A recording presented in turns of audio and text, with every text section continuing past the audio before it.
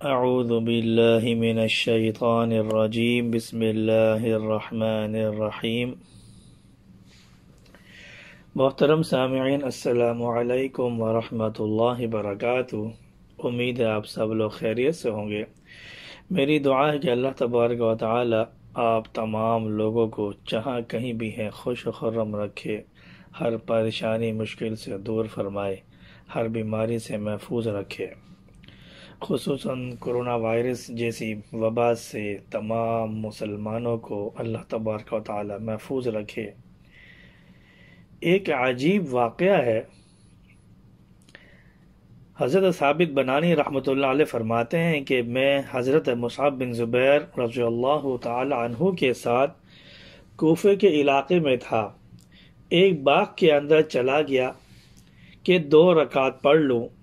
میں نے نماز سے پہلے حامیم، یعنی اس سورہ مومن کی آیتیں ہیں، حامیم سے لے کر الیہ المصیر تک۔ سورہ مومن 24ویں پارے کی دوسری نمبر کی سورت ہے۔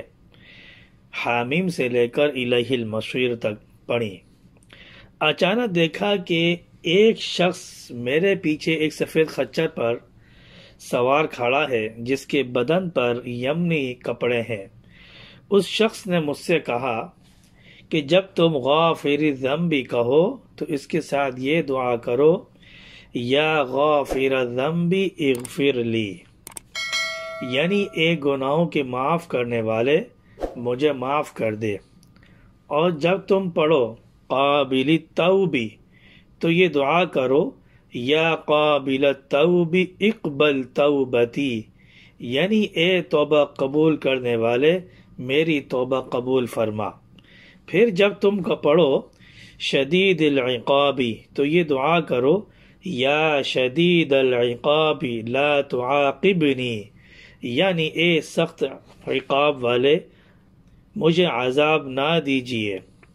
اور جب ذی الطول پڑھو تو یہ دعا کرو، یا ذی الطول طل علی بخیر، یعنی اے انعام احسان کرنے والے مجھ پر انعام فرما۔ ثابت بنانی رحمت اللہ علیہ کہتے ہیں کہ یہ نصیحت اس سے سننے کے بعد جو ادھر دیکھا تو وہاں کوئی نہ تھا۔ میں اس کی تلاش میں باغ کے دروازے پر آیا، لوگوں سے پوچھا کہ ایک ایسا شخص یمنی لباس میں یہاں سے گزرا ہے، تو سب نے کہا کہ ہم نے تو کوئی ایسا شخص نہیں دیکھا۔ ثابت بنانی رحمۃ اللہ علیہ کی ایک روایت میں یہ بھی ہے کہ لوگوں کا خیال ہے کہ یہ الیاس علیہ السلام تھے، دوسری روایت میں اس کا ذکر نہیں ہے۔ معارف القرآن جلد نمبر 7 صفحہ نمبر 582، یہ بکھرے موتی میں یہ ایک عجیب واقعہ اس کا تذکر موجود ہے۔ تو محترم سامعین، یہ بڑی اچھی دعا ہے جو سورہ مومن کی جو حامیم سے لے کر الیہ المصیر تک، یعنی کہ نماز سے پہلے یہ 2 میں نے نماز سے پہلے یہ پڑھی ہے، تو یہ نماز سے پہلے پڑھ لیں آپ۔ غافر الذنب تو اس کے ساتھ یہ دعا کریں، یا غافر الذنب اغفر لی، قابل التوب یا قابل التوب اقبل توبتی، شدید العقاب اس کے ساتھ یہ دعا کریں، یا شدید العقاب لا تعاقبنی، ذی الطول یا ذی الطول طل علی بخیر۔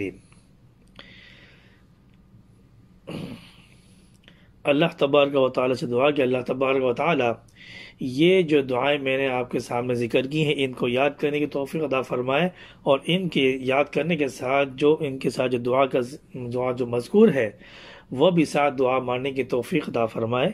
وآخر دعوانا ان الحمد للہ رب العالمین۔